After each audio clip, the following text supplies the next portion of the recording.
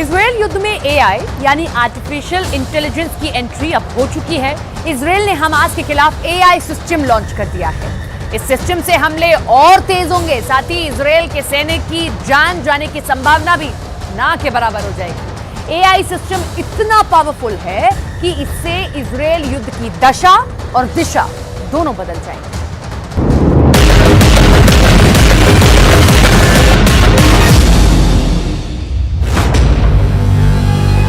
עם ישראל.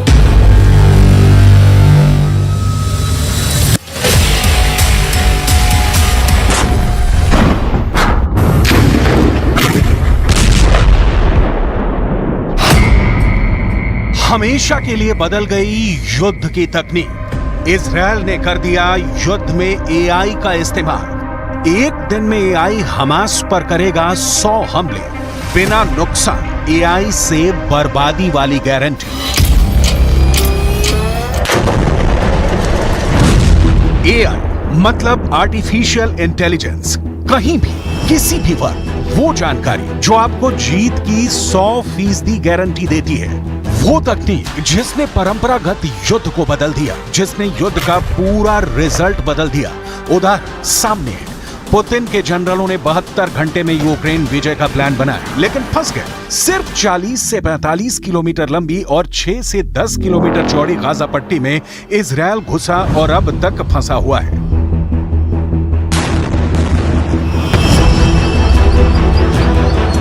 कागज और जमीन दोनों पर रूस यूक्रेन से और इजरायल हमास के बीच शक्ति की कोई तुलना नहीं है। रूस और इजरायल दुनिया के सबसे उन्नत तकनीक के हथियारों का प्रोडक्शन करने वाले देश हैं, लेकिन फिर भी फंसे हुए हैं। क्यों? क्योंकि युद्ध की दशा बदल गई है।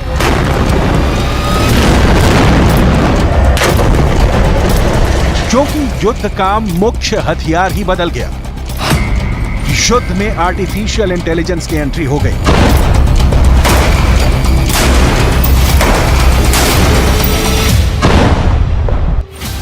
इजराइल युद्ध में एआई ने कैसे कोहराम मचा दिया है, कैसे बिना बड़े नुकसान के एआई के इस्तेमाल से निशाना ज्यादा लग रहा है, सटीक लग रहा है और तबाही भी ज्यादा हो रही है। यही नहीं, जवानों की मौत का डर भी खत्म होता जा रहा है। इतिहास में इजरायल युद्ध एआई के इस्तेमाल के लिए याद किया जाएगा। एआई के इस्तेमाल से क्या फायदा हो रहा है और भविष्य में कैसे ये संकट बन सकता है, दोनों पक्षों को विस्तार में समझेंगे। क्योंकि आर्टिफिशियल इंटेलिजेंस एक ऐसी तकनीक है जो अब भी विकास की अवस्था में है।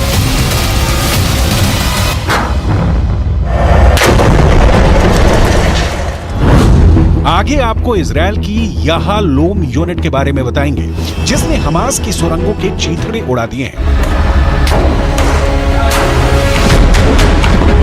इजरायल रक्षा बल यानी आईडीएफ गाजा में हमास के खिलाफ युद्ध में हबसोरा नाम के एआई मतलब आर्टिफिशियल इंटेलिजेंस का इस्तेमाल कर रहा है। हबसोरा मतलब हिब्रू में द जस्पल होता है। बताया जा रहा है कि इस सिस्टम का उपयोग इजरायली सेना ने शुरू कर दिया है, जिससे वो और ज्यादा हमले कर सकेगी और साथ ही हमास की सक्रिय लड़ाकों को भी खोजकर मरने वाले संभावित नागरिकों की संख्या को भी पहले से ही अनुमान लगा सकेगी। इस सिस्टम का इस्तेमाल बमबारी, निशाने चुनने, हमास के ठिकानों का पता लगाने के लिए किया जाता है। आईडीएफ के एक पूर्व प्रमुख ने कहा कि मानव खुफिया विश्लेषक के जरिए हर साल गाजा में बमबारी के लिए 50 स्थानों को निशाना बनाया जा सकता है, लेकिन हबसोरा एक दिन में 100 लक्ष्य तैयार कर सकती है।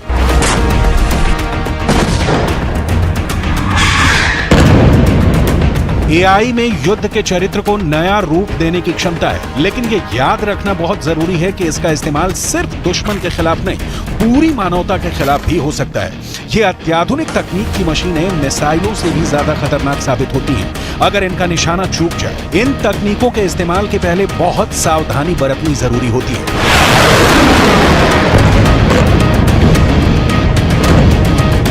लेकिन ऐसा हो रहा है बता पाना मुश्किल है। यूक्रेन युद्ध में जब ड्रोनों का इस्तेमाल होना शुरू हुआ तो ये सौदा रूस से ज्यादा यूक्रेन को पसंद आया।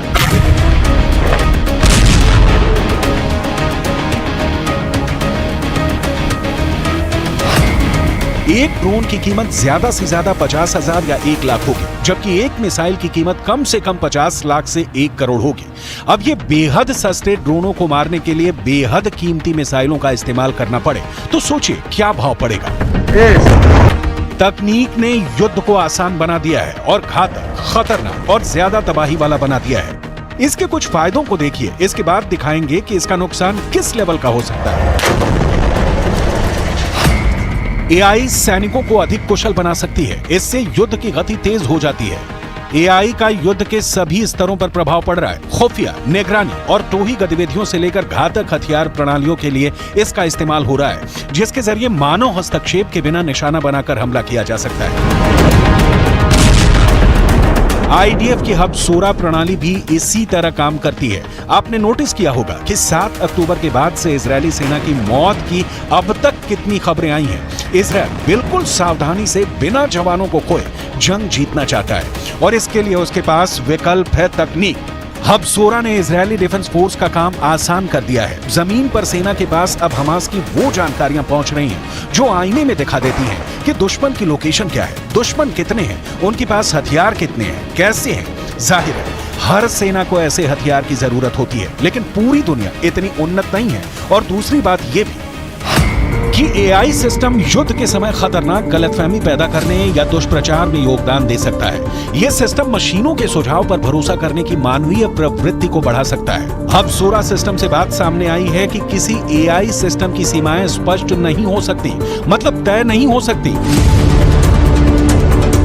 इसलिए एआई का उपयोग इस आधार पर उचित है कि यह बड़ी मात्रा में डेटा की व्याख्या कर सकता है, इसे रिफॉर्म यानी संशोधित कर सकता है। लेकिन युद्ध में जहां सीमा तय होती है, वहां सीमा नहीं समझने वाले हथियार का इस्तेमाल बहुत बहुत बहुत खतरनाक हो जाता है।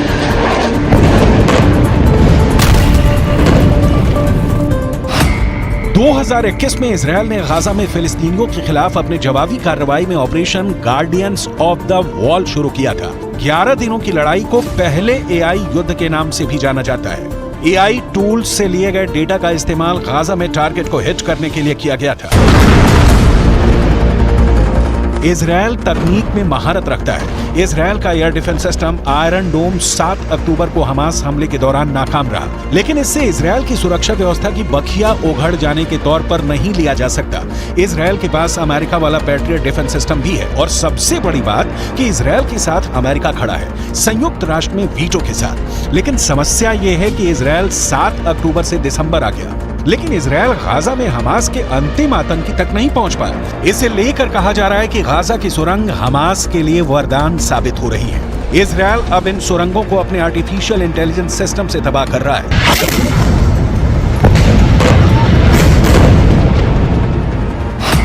हमास ने गाजा में जमीन के अंदर कई सुरंगें बनाई हैं। इन सुरंगों को इजरायल मेट्रो कहता है। इजरायल ने दावा किया था कि उसने अल शिफा अस्पताल के नीचे हमास की सुरंगें खोजी हैं।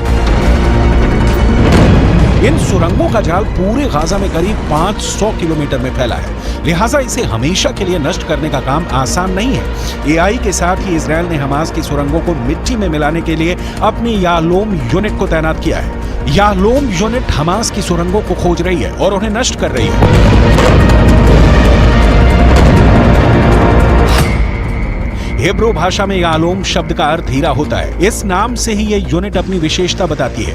इस यूनिट की स्थापना 1995 में हुई थी। 2014 के गाजा युद्ध के बाद इजरायल ने इस यूनिट को बढ़ाकर लगभग दोगुना कर दिया है, जिसे इजरायली ऑपरेशन प्रोटेक्टिव एज के रूप में जाना जाता है। याहलोम ने ऑपरेशन प्रोटेक्टिव एज में अहम भूमिका निभाई है।